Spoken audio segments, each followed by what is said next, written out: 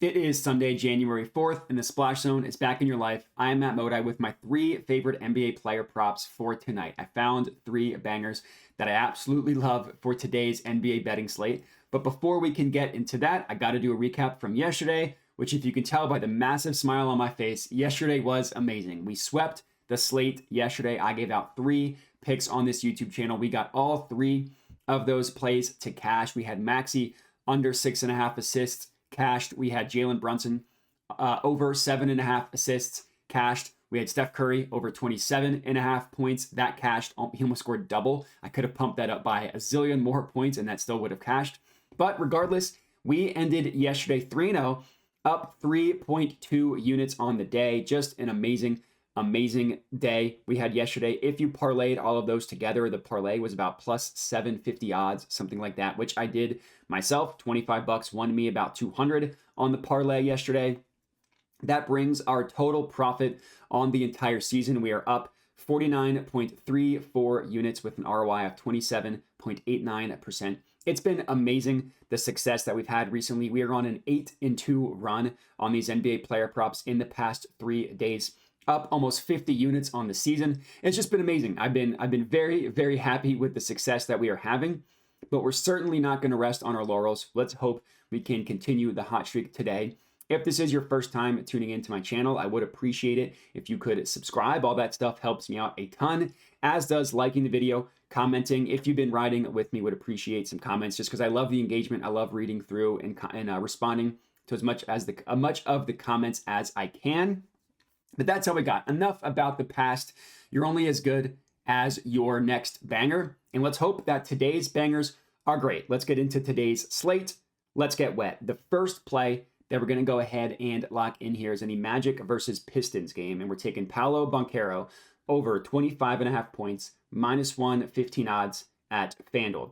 Now, I debated, kind of like the Steph Curry one yesterday. I was really close to pumping this bad boy up to a higher number to get juicier odds. But I kept it as it is because the price that FanDuel was giving us is absolutely incredible. So we're taking this over 25.5 and minus 115, right? I gave it out on my Dub Club, which we'll talk about in a little bit. I locked it in myself. ESPN Bet prices the same exact play at minus 140. DraftKings prices it at minus 150. Bet Rivers prices it at minus 152. Most books price this at 26.5, and most of them still favor the over at the 26.5 number as well. So where I was able to get it and where people on my Dub Club were able to get it, absolutely amazing price. Now, if you're watching this and it has changed to 26.5, I would probably still take it at that number, assuming the odds aren't terrible. I'm going to track what I got and what my Dub Club got as well. Unfortunately, odds do change over the course of the day, which I can't help, but I would bet this up to 26.5. Now, the game against the Pistons, right? That's who the Magic are playing. It's admittedly a good matchup for both Banchero and Franz Wagner. So another option is if you weren't able to get the Banchero number that we got it at, you could do a same game parlay of Banchero to score 25 points and Wagner to score 15 plus or 20 plus, depending on what the odds are. I think that would be a pretty good play and a pretty good pivot if you weren't able to get the number that we got it at. Regardless, I'm obviously only going to track the official play that we lock in. And I really do like this Banchero one, right? I think it's an amazing play. Normally, against the Pistons defense, you want to target guards, point guards specifically. But the way that Banchero scores lends itself very, very well against this horrible Pistons team. The source I use for this is Courtside Pal, which is an amazing website. If you have not checked it out already, I don't work for them. They don't get paid by me. I just think it's a phenomenal product, or I don't get paid by them, whatever. I think it's a phenomenal product. They look at not only like the position of a player, but they look at where they shoot from. They look at where they score from, because those are two different things. And they look at a player's playmaking style, how aggressive they are, and how they set up other teammates. All that stuff is very, very important. And the Pistons give up the second most points to someone of Banchero's shooting profile, the second most points to someone of Banchero's scoring profile, and the second most points to someone of Banchero's playmaking style. Really, no matter how you slice it, playmaking, shooting, scoring, whatever it looks like, very, very good matchup for Paolo Banchero to score a bunch of points. Now, this is a number that he has missed in 2 straight games, so I do kind of like this as a fade of recent results. previously to those 2 games. He had cashed it in 3 straight games. So it's not like he's been horrible for an extended period of stretch or anything. So I really like this play tonight. Now, Banchero only scored 24 points in his first game against the Pistons. I like backing him tonight, getting us to the over 25.5 number. Or if you end up using it in a parlay, the 25 with the Wagner number. Hopefully he cashes every single play we have for him. That's first up. Next up, Clippers versus Heat. Taking Paul George under 18.5 points, -102 odds at FanDuel. Now, if you haven't paid super close attention to the NBA recently, you're probably seeing 18.5 points for Paul George, and you're like, well, that just seems way too low. But you need to look at how he's been recently. Now, he's been playing limited minutes because he's been nursing a groin injury. That's probably still going to be the case today. He's still expected to be on a minutes restriction. So it kind of makes sense why he's been struggling recently. But just look at his most recent games, right? He's gone under 18.5 points in 3 straight games. He's gone under in 5 of his last 6 games and in 6 of his last 8. Now, in those 2 games he went over, he scored 37 and 38 points, but he also played over 34 minutes in both of those games. In his last 5 games, he's only averaging about 27 minutes per game. And in that 5-game stretch, he's only gone over this number 1 time in those limited minutes. On the entire season, Paul George has played 8 games in which he has played fewer than 30 minutes. He's only scored 19 or more points in 3 of those 8 games, and he's averaging about 16 points in those 8 games as well. So again, Paul George is expected to play, but he's also still expected to be on a minutes restriction. So that's part of the reason why we like this play tonight. It's also a pretty difficult matchup against the Miami Heat. The Heat just don't give up a lot of points to someone like Paul George. Literally, they give up the fewest points per game to someone of his scoring profile.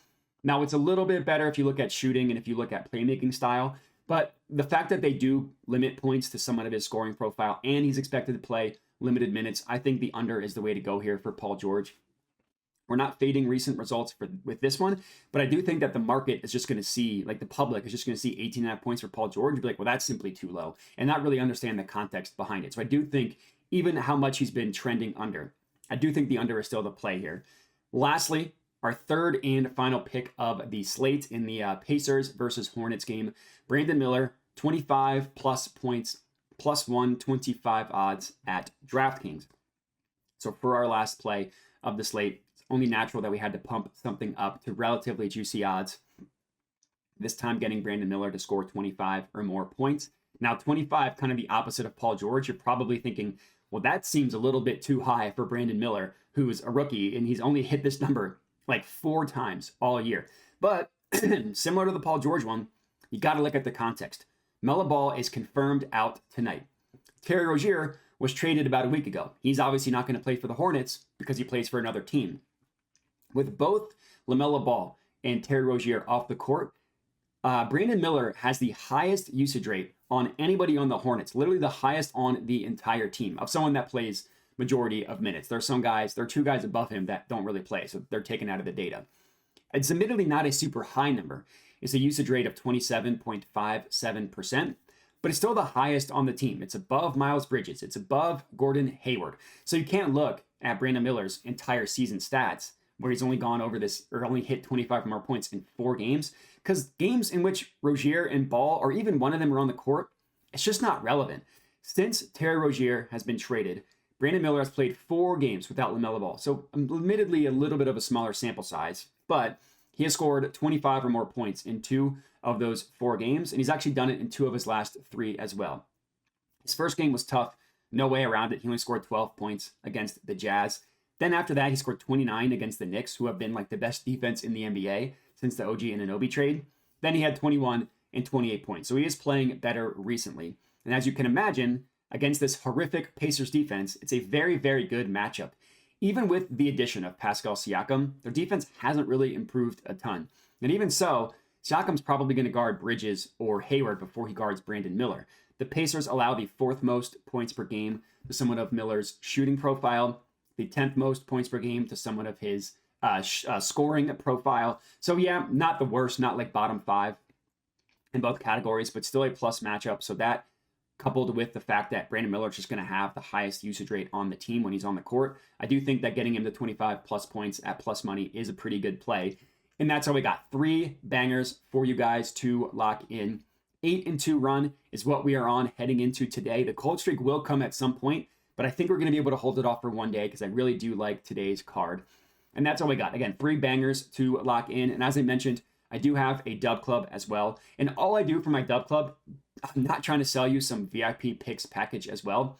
The 3 plays that you saw me give out on YouTube, I give those out on dub club as well, with the logic being, if you want plays texted to you immediately so you can make sure to lock them in before the odds change, that's one reason why you can use the dub club. Another reason, people don't always like to watch the videos, and that's totally fine. If you just want them texted to you, you don't want to watch the video, you don't care about the analysis, you just want the plays, then the dub club is for you, and it's only $5 a month because I recognize that you could get everything for free on YouTube. So however you want it. If you want to watch the YouTube for free and get the analysis, you can. If you just want my plays texted to you for $5 a month, you can as well.